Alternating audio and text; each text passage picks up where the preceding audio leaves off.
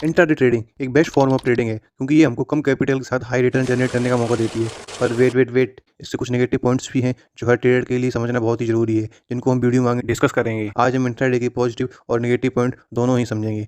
Intraday trading के rules काफ़ी अलग हैं, डेफिनेटली इसके करने के रास्ते अलग हैं, तो इसके टैक्सेस भी अलग होंगे, वो भी हम ऐसी वीडियो में समझेंगे। लोगों को कन्फ्यूजन होती है कि क्या इंट्राडे ट्रेडिंग और डे ट्रेडिंग अलग अलग हैं, तो ऐसा नहीं है, दोनों एक ही बात है। कुछ ट्रेडिंग के इन्वेस्टमेंट लॉन्ग टर्म के लिए की जाते हैं, जैसे कि 1 साल 2 साल के लिए, तो उनको हम लॉन्ग टर्म ट्रेडिंग कहते हैं, जो कि हम लोग स्टॉक्स में या किसी कंपनी के शेयर्स में करते हैं। तो कुछ ट्रेडिंग शॉर्ट टर्म के लिए की जाती हैं, तो उन ट्रेडिंग को हम लोग स्विंग ट्रेडिंग या फॉरेक्स ट्रेडिंग कहते हैं, जो हम लोग करेंसी में करते हैं। पर हम इस वीडियो में सिर्फ इंट्राडे ट्रेडिंग की ही बात करेंगे। इंट्राडे ट्रेडिंग वो ट्रेडिंग होती है जो डेली बेसिस पे की जाती है, जैसे कि अगर हमने कोई स्टॉक या ऑप्शन कुछ भी बाई किया तो उसको हमको सेम डे ही सेल करना होगा। ये हो गई हमारी इंट्राडे ट्रेडिंग। हम इसका उल्टा भी कर सकते हैं, जैसे आज पहले सेल कर दिया और उसके बाद फिर बाई किया, इसी को सेलिंग कहा जाता है। इंट्राडे में हमको इंस्टेंट रिजल्ट मिलते हैं। अब वो आपकी नॉलेज पे डिपेंड करता है कि आपके रिटर्न नेगेटिव होंगे या पॉजिटिव। इंट्राडे ट्रेडिंग में हमको लॉन्ग या शॉर्ट टर्म ट्रेडिंग से ज़्यादा टैक्स और चार्जेस पे करने पड़ते हैं, क्योंकि इसमें हमको शॉर्ट टर्म पीरियड में ही हाई रिटर्न जनरेट करने का मौका मिलता है।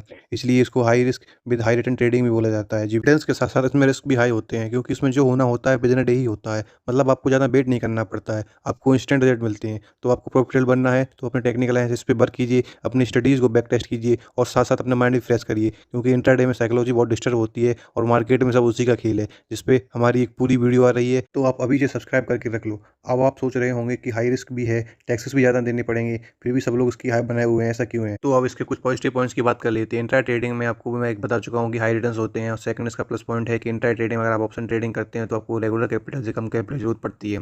आपको कम एनालिसिस भी करनी पड़ती है, जैसे अगर आप किसी कंपनी के स्टॉक्स में लॉन्ग टर्म के लिए इन्वेस्ट करोगे तो आपको कंपनी की हिस्ट्री, डाटा, मार्केट व्यू सब एनालाइज करना पड़ता है। पर वहीं अब अगर आप ऑप्शंस में ट्रेड करते हो तो उसकी फंडामेंटल एनालिसिस नहीं करनी होगी।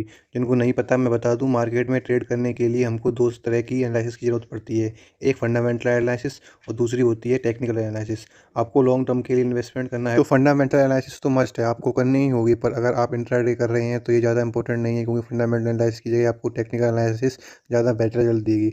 आप उसके अकॉर्डिंग भी ट्रेड कर सकते हैं। जिनको फंडामेंटल या टेक्निकल एनालिसिस के बारे में नहीं पता है और सीखना चाहते हैं तो आप कमेंट कीजिए, मैं एक न्यू वीडियो बना दूंगा या कमेंट में ही आपकी सारी प्रॉब्लम सॉल्व कर दूंगा। तो अब आते हैं अपने टॉपिक पे कि इंट्रा ट्रेडिंग में अच्छी टेक्निकल एनालिसिस करना सीख के भी ट्रेडिंग कर सकते हैं। आपको कंपनी की फंडामेंटल एनालिसिस की स्टडी करने की कोई ज़रूरत नहीं है, क्योंकि उसमें काफ़ी टाइम जाता है और वो डीपली भी करनी पड़ती है, हिस्ट्री वगैरह सब देखना पड़ता है। पर टेक्निकल एनालिसिस का ऐसा नहीं है, वो आप लाइव मार्केट में भी कर सकते हैं। बाकी इंट्रा ट्रेडिंग आप कभी भी कहीं भी कर सकते हैं, उसमें फंडामेंटल एनालिसिस की ज़्यादा इंपॉर्टेंट नहीं है। जैसे कि आप किसी इंडेक्स में ट्रेड कर रहे हो, तो चाहे वो बैंक निफ्टी हो, फिन निफ्टी हो, सेंसेक्स हो, अब तो सब में ट्रेडिंग होने लगी है।